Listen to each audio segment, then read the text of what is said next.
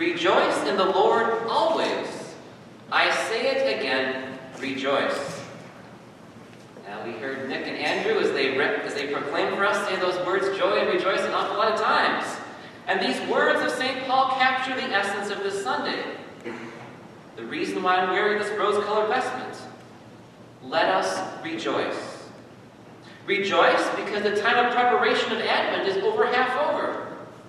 Rejoice because we will soon have the joy of Christmas, at which we'll remember Jesus' birth.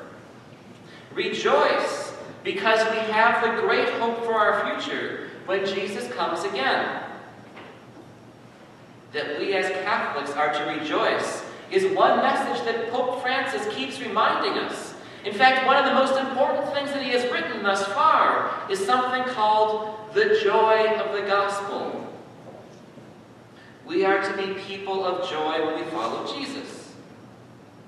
So how is it that we be joyful in the Lord? How do we prepare a place in our hearts for Jesus that leads to joy? Now, one of the answers to this is found in today's gospel passage. In what I just proclaimed, John the Baptist was asked a similar question several times. What should we do? And we can sum up St. John the Baptist's answers to the various people as being, be generous to people out of love for them. Make room in your hearts and lives for the one who is to come, who we now know as Jesus, by giving some of what you have to others in need. Now, John the Baptist's advice is relevant for us today. For when we are generous out of love for others, we have more room in our hearts for Jesus and his love, which then wells up in our hearts with joy. In fact, in just the past 2 days, I've had several reminders of how this works. On Friday evening, I flew to Chicago on the way to a friend's funeral in Michigan yesterday. And as we were waiting to get off the plane, there was a third-grade girl who started speaking to me. And in the conversation, she shared with me the joy that she has in giving Christmas gifts to other children who wouldn't otherwise receive Christmas gifts. Another example, during Donut Sunday this morning, one of our parishioners was talking about how he spends his days off, helping out at the food shelf in Minneapolis, which is run by our very own Linda Carson. Hey, Linda?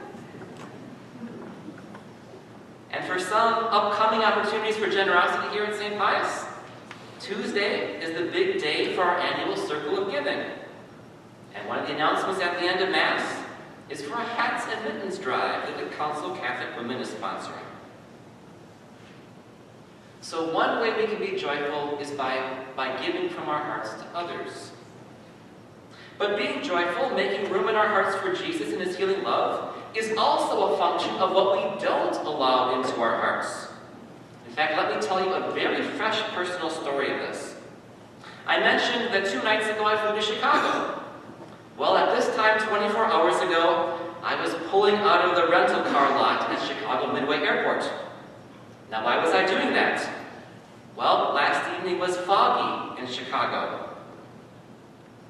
And when I arrived at the airport to catch what I thought was going to be a quick flight home, I noticed that most of the flights on the board had the word "canceled" next to them, including the 2 for Minneapolis, including the one that I was on. So I went to the Southwest Airlines ticket counter, and the kind lady told me that their next available seat to Minneapolis is on Monday evening.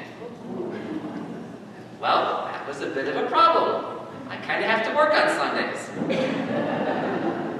So, rather than yell at the poor ticket lady, I calmly smiled, wished her a Merry Christmas, and headed toward the rental car building.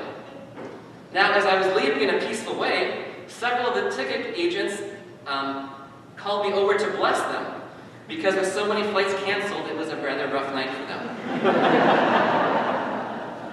Now, on my way to the ticket counter, which is the rental building, I was able to communicate with Father Dodge. He graciously covered the Saturday evening Mass for me, and he was willing to celebrate the 8 a.m. Mass here this morning before he went over to Serenity, where he celebrates Mass. And so then, Through the darkness, fog, and rain, I drove back. I made it back in time for 10 a.m. Mass.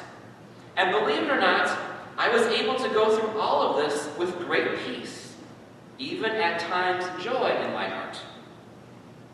Now, lest you sit there thinking, Father Joe, you must have just been born with a calm temperament. In embarrassment, I must admit that how I handled the situation was in fact quite remarkable. Because 18 years ago, when I started my life as a nearly constant business traveler, that wasn't how I responded to those types of situations. In fact, I had the address for Northwest Airlines memorized from all the complaint letters I wrote. About 6 months into that lifestyle, when I was still fuming after one delay, well into the flight, a seasoned business traveler sitting next to me warned me that I better learn to accept these hassles before I had a heart attack. In fact, I got to thinking, had last night's flight cancellation happened 18 years ago, I can imagine I would have stayed awake the whole drive from Chicago. In fact, I might have even made it without a stop, because frustration-laden adrenaline would have been flowing through my veins. I would have been wired, but in no way joyful. I would not have been living out what the gospel instructs us through the inspired words of St. Paul, to rejoice in the Lord always, with the peace then that follows. This means to be joyful even when bad things happen. Now, I must admit that old habits die hard. At various times last night and this morning, there were temptations. I would start to imagine what I would write in the complaint letter to Southwest Airlines. But then I intentionally stopped myself. I had to choose not to let those thoughts continue. I had to choose for them not to enter into my heart and drive out the peace and joy of Jesus. There were times when I was pretty tired when I started to feel self-pity. But then I had to choose to be grateful. Grateful that God had provided me for a wide enough time window to get about 4 hours of sleep halfway through the trip and to still be back in time for 10 a.m. Mass. Thanks, and to be thankful for Father Dasha's generosity. To be thankful that I have the finances to afford the exorbitant one-way rental car price. And that rather than to be frustrated, to offer up the sufferings and hassles for the family of the friend whose funeral was the whole reason I was on this trip, as they were now dealing with a far more tragic, but yet similarly unanticipated change in their lives. So my sisters and brothers, on this Sunday dedicated to joy, let us resolve to make choices that promote love and joy in our hearts. Let us make choices by our generosity in what we give from our lives and our hearts to others in love, as well as by what we allow in or choose to block from our lives and our hearts. Choices that, if we choose wisely, expand the room for Jesus to be present in our hearts, for his love to be present in our hearts, so that our hearts then can well up into true joy, so that we can live out what St. Paul teaches us.